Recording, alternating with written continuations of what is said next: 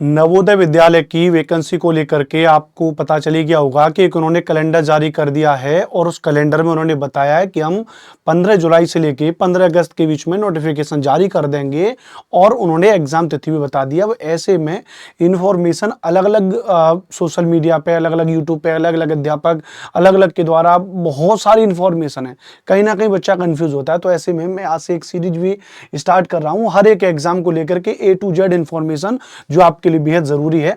तो आज हम नवोदय विद्यालय को लेकर के बात करेंगे A to Z इंफॉर्मेशन। तो सबसे पहले इंफॉर्मेशन हम यहीं से शुरुआत करेंगे जहां पर मैंने लिखा है PRT, TGT और PGT। कई बच्चों ने मुझसे पूछा कि सर क्या नवोदय विद्यालय में PRT की वैकेंसी होती है? तो याद रखना, पहली इंफॉर्मेशन तो आप यही ध्यान रख लो कि नवोदय विद्यालय में PRT की वैकेंसी नहीं होती है। नवोदय विद्यालय में TGT से शुरुआत होती है और PGT से शुरुआत होती है, यानी कक्षा 6 से 10 तक यहाँ पे TGT को शामिल किया जाता है, 11 से 12 तक आपको यहाँ पर PGT में शामिल किया जाता है। अब यहाँ पर भी आप सोच रहे होंगे कि 6 से 8 और 9 से 10 वाला कॉन्सेप्ट होगा, 6 से 8 और कुछ लोग कहेंगे कि 9 से 12 होता है, यानी कुछ लोग कहेंगे कि जो PGT का टीचर है वो 9 से 12 में पढ़ाएगा, कुछ लोग कहेंगे TGT का टीचर जो है 6 से 8 में पढ़ाएगा। ये उस विद्यालय का मैनेजमेंट तय करता है कि TGT वाला टीचर 6 से 10 तक पढ़ाएगा या PGT वाला टीचर 11 से 12 पढ़ाएगा या 9 से 12 पढ़ाएगा। इसमें कंफ्यूजन होने की जरूरत नहीं है। आपको TGT का मतलब 6 से 10 तक हो जाएगा और PGT का मतलब 11 से 12 तक हो जाएगा। नंबर एक इंफॉर्मेशन आप यहां पे समझ ही गए हैं। दूसरा, ये जो इंफॉर्मेशन मैं लाया क्यों हूं, उस इंफॉर्मेशन के बारे में तो आपको पता ही होगा। उस इंफॉर्मेशन को मैं लाया इसलिए हूं क्योंकि आपको पता है कि inviting application from 15 July to 15 August of previous year of the vacancy year, 15 जुलाई से 15 अगस्त के बीच में ये लोग अपना वैकेंसी लेकर के आएंगे, ध्यान रखना। और उन्होंने कह दिया है रिटन एग्जामिनेशन जो कि CBT पैटर्न में होगा 13 सितंबर के आधार पर आपका पेपर हो जाएगा और उन्होंने लास्ट में कह दिया है फाइनल सिलेक्शन लिस्ट जो है 31 दिसंबर तक जारी कर देंगे, यानी 2025 में आपको ज्वाइनिंग भी मिल जाएगी। तो एक अच्छी व्यवस्था है, ध्यान रखना। तो सबसे पहली इंफॉर्मेशन तो आपके पास में यहाँ पर यही हो गई। अब मैंने आपके लिए बढ़िया इसको लेकर के बनाया हुआ है, एक एक करके मैं क्वेश्चन को लेकर के आपको चलता हूं। मैंने क्वेश्चन आपके लिए यहाँ पे रखे हुए, ध्यान रखना। मेरे पास में पुराना एक ओल्ड इसका एक नोटिफिकेशन भी है, उस नोटिफिकेशन के आधार पर मैं आपको इनकी कुछ योग्यताएं और कुछ एग्जाम पैटर्न को भी समझाने की कोशिश यहां पर करूंगा, है ना। तो पहले मैं उसी को ओपन कर लेता हूं, फिर उसके आधार पर ही चीजों को चलेंगे। हाँ, यहां पे ही चला गया। तो यहाँ पे for the post of PGT, for the post of TGT, यहां से सबसे पहले बात करेंगे एक एक चीज को लेकर के। फर्स्ट ऑफ ऑल पहली एक एक चीज को लेकर के हम लोग डिस्कस यहाँ पर करने वाले हैं। तो पहला क्वेश्चन ये है कि अब आपके मन में कि नवोदय विद्यालय क्या है, तो आपको पता चल गया लगभग EMRS की तरह ही विद्यालय होते हैं जिनमें चयनित होने के लिए शिक्षकों के आवेदक होते हैं, आवेदन मांगे जाते हैं शिक्षक भर्ती के लिए। ध्यान रखना, टीचिंग और नॉन टीचिंग दोनों स्टाफ में भर्ती होती है। नवोदय विद्यालय में कौन कौन भर सकता है, तो टीचिंग वाले में TGT और PGT लेवल पे भर्ती होती है, प्रिंसिपल भी भर्ती होती है, पर वो हमारे उससे बाहर है, हमें उससे मतलब है नहीं, क्योंकि वो वहां पे कुछ कुछ और जो है प्रमोशन के माध्यम से भर्तियां कर ली जाती हैं, ठीक है। दूसरा, नॉन टीचिंग स्टाफ में अलग अलग डिपार्टमेंट में। अब एक बात यह कि भर्ती कब आएगी, इसमें इस साल के संदर्भ में बात करें तो मैंने आपको बता दिया यहाँ पर भैया कि जो 15 जुलाई के आसपास और जो है 15 जुलाई से उसके बीच में आपका नोटिफिकेशन आ जाएगा। तीसरा, एक बड़ी महत्वपूर्ण बात यह कि यहाँ इस पेपर को पास करना आपके लिए बेहद जरूरी हो जाता है, क्योंकि नवोदय विद्यालय कैसा है, आवासीय विद्यालय, मतलब आपको बढ़िया वहां पे अगर आप चयनित होकर के जाते हैं तो आपको बढ़िया रेजिडेंस मिलता है, बढ़िया एक 2 BHK का 2 कमरे, बढ़िया मतलब रहने के लिए अच्छी व्यवस्था आपको वहां पे मिलती है। ऐसा नहीं है कि आपको अलग से अपने लिए कोई सुविधा नहीं करनी, जो स्कूल का पूरा जो प्रांगण होता है वहीं आपको रहने की व्यवस्था होती है। तो ये बहुत अच्छी व्यवस्था होती है और वो भी केंद्रीय विद्यालय से अच्छी लेवल की ही व्यवस्था यहाँ पे नवोदय विद्यालय में होती है। ध्यान रखना, आपने जरूर कहीं ना कहीं अपने आसपास सुना होगा कि बालक को नवोदय विद्यालय में एडमिशन करवा देते हैं, उसके लिए रिटन टेस्ट होता है, अगर वो पास हो जाएगा तो बालक नवोदय विद्यालय में हो जाएगा। तो आपने देखा होगा कि नवोदय विद्यालय से जो बच्चे पढ़ करके आते हैं उनको एक अच्छी खासी सुविधा होती है ना। तो इस बात को भी ध्यान रखना, ठीक है। अच्छा, स्वयं मेरी जो पत्नी है यानी पूनम जो है वो अभी गवर्नमेंट में सिलेक्टेड है। आपको पता है कि वो उत्तर प्रदेश में शिक्षक हैं, TG सिलेक्टेड हैं प्राइमरी में। वो खुद नवोदय विद्यालय से पढ़ी हुई हैं। तो मैं जब नवोदय विद्यालय को लेकर बात कर रहा था तो मैंने उनसे पूछताछ की थी कि क्या नवोदय विद्यालय की सुविधा है। तो बहुत अच्छा वेल मेंटेन तरीका, आपको रहने सहने के, अच्छा खाना पीना, ड्रेस वगैरह सब कुछ आपको वहां पर आपके बच्चों को भी मिलता है जो जाते हैं, और टीचरों के लिए एक अच्छी खासी सुविधा होती है। तो 2 क्वेश्चन आपके क्लियर हो गए, नवोदय विद्यालय क्या है, भर्ती कब बताएगी, आवासीय, ध्यान रखना। अब तीसरा आएगा कि भर्ती किस में आती है, टीचिंग और नॉन टीचिंग दोनों में आती है, ध्यान रखना। वेतन क्या है, तो वेतन ध्यान रखना टीजीटी का मतलब लगभग 65 के आसपास प्लस, और लगभग पीजीटी में आप जाएंगे तो 80 के आसपास जो आपका सैलरी होता है, ऊपर नीचे थोड़ा सा, वो फिर सैलरी देखेंगे तो फिर पूरा हमको देखना पड़ेगा, डीए एचआरए पूरा हाउस रेंट वगैरह, वो फिर उसको लेकर के एग्जैक्ट हो जाएगा। अच्छा, केवीएस यहाँ पे अच्छी सुविधा है। अब दूसरी बात आ जाएगी अब इसके एग्जाम पैटर्न को लेके। अब इसके एग्जाम पैटर्न को लेकर के हम लोग समझेंगे, ध्यान रखना। तो यहां पर मैं आपको समझाता हूं इसके पीजीटी के एग्जाम पैटर्न को। तो ध्यान रखना, सबसे पहले यहां पे समझना पीजीटी को लेकर के अगर मैं आपको बताऊंगा तो यहां पे एक चीज आप समझ लीजिए, 150 नंबर का आपका पेपर होगा, लेकिन 150 नंबर का पेपर आपका किस तरीके से होगा इसको आपको समझना होगा। पहले आपका जनरल अवेयरनेस आएगा 10 नंबर का, ध्यान रखना। रीजनिंग एबिलिटी आएगी 20 नंबर की, याद रख लेना। क्यों बता रहा हूं उसकी वजह आगे पता चलेगी, मैं पीजीटी के लिए डिस्कस कर रहा हूं।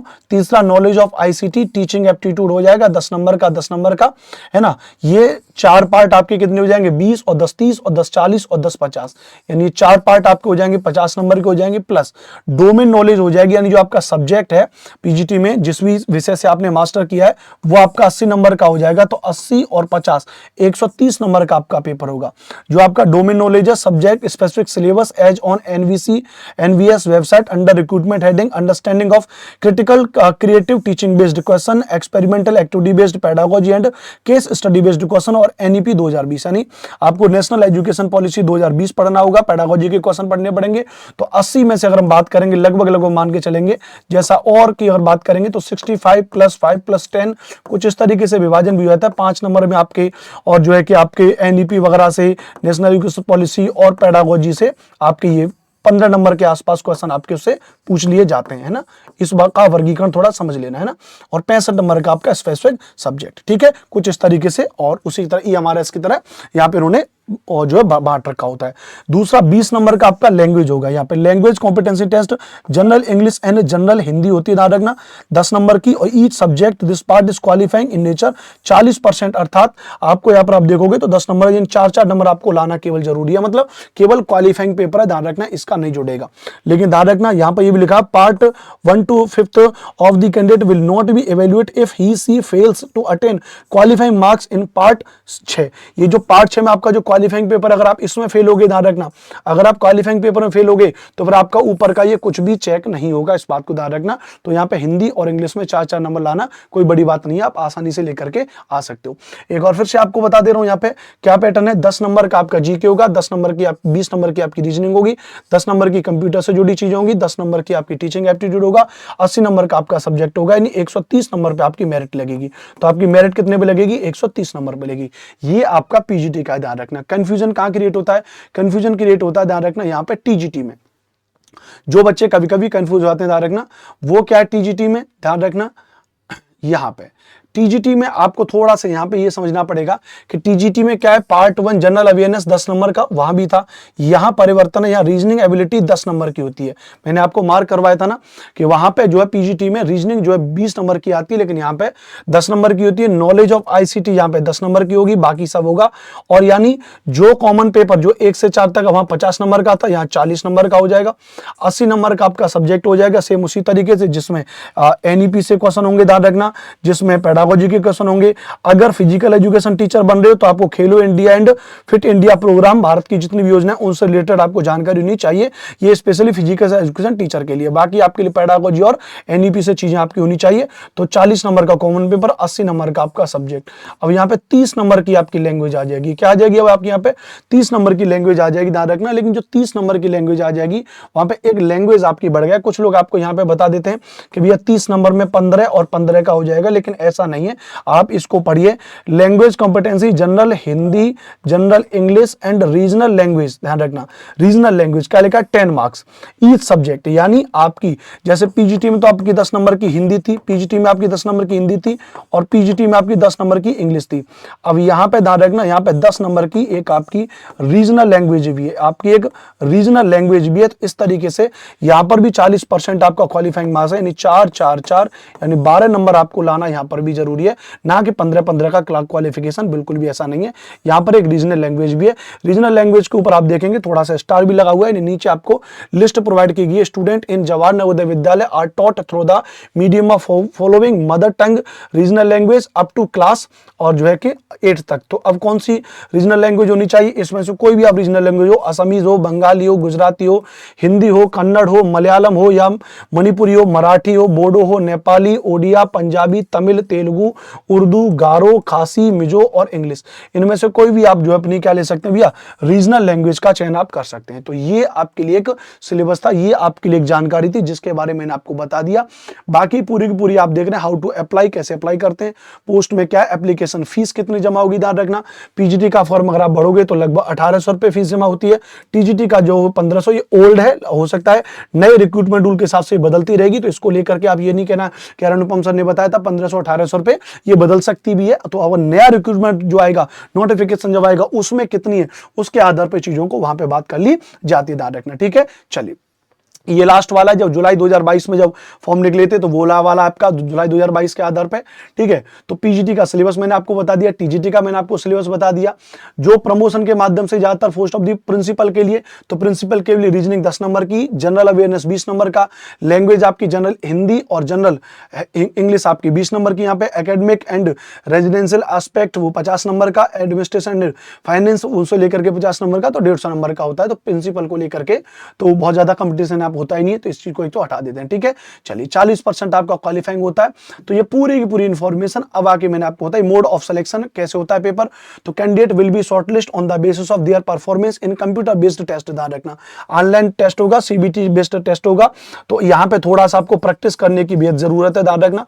तो कम से कम अगर आप नवोदय विद्यालय को पढ़ाई कर रहे हैं, तो नवोदय विद्यालय के लिए कम से कम आप अपने लैपटॉप पर, अपने कंप्यूटर पर आप कम से कम उसकी ऑनलाइन टेस्ट सीरीज देने का प्रयास करेंगे, ताकि आपको चीजें बेहतर हो जाएंगी।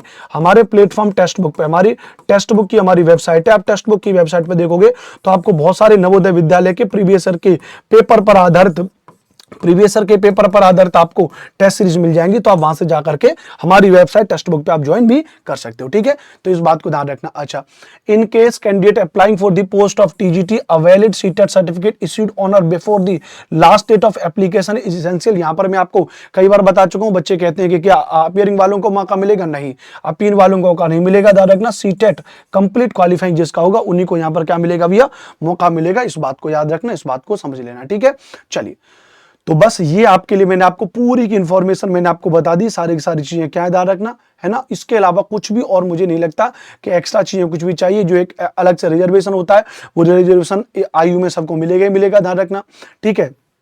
और जो नॉन टीचिंग स्टाफ है उसमें पेट है, लाइब्रेरियन वगैरह है, इनमें म्यूजिक टीचर है, अलग अलग तरीके से वैकेंसी भी निकलती है, ठीक है। तो ये मैंने आपको बता दिया। और हाँ, योग्यता में क्या चाहिए एक बार फिर से और समझ लेंगे। अगर आप पीजीटी के लिए जा रहे हैं तो ये आपको पता है पीजीटी में क्या हो जाएगा, तो आपका पोस्ट ग्रेजुएशन होना चाहिए, प्लस आपका क्या होना चाहिए, बीएड होना चाहिए, बिल्कुल फाइनल है, ध्यान रखना। टीजीटी में आपका क्या होना चाहिए, तो टीजीटी में आपका ग्रेजुएशन होना चाहिए, आपका बीएड होना चाहिए, प्लस आपका सीटेट होना चाहिए। और सीटेट वो भी कौन सा, पेपर 2 आपका पास होना चाहिए, ध्यान रखना। तो ये दोनों के दोनों मैंने आपको बता दिए। एंड फॉर ऑल टीजीटी लिखा है, pass the central teaching eligibility test CTET conducted by the according with the guideline, मतलब आपका पास होना चाहिए। ऐसा नहीं अपीयरिंग वालों को आपको नॉलेज और उसमें मौका नहीं मिलेगा, तो ये आपके लिए ज्यादा हो जाएगा, ठीक है। चलिए, बस ये सारी चीजें ध्यान रखना। अच्छा, एक कंफ्यूजन इसमें और मैं अभी यहीं पर बता दे रहा हूं, जो कुछ लैंग्वेज को उसको आता है कि सब्जेक्ट कॉम्बिनेशन को लेकर के आता है, तो सब्जेक्ट कॉम्बिनेशन में एसएसटी वाले में आप चाहोगे तो मैं उसके लिए अलग से वीडियो भी बना दूंगा। वैसे यहाँ पर एक दे रखा हुआ सब्जेक्ट कॉम्बिनेशन को लेकर के दे रखा है क्या, एसएसटी को लेकर के, तो मैं आपको उसको वैसे अलग से बता दूंगा, उसमें कुछ नहीं है आपका।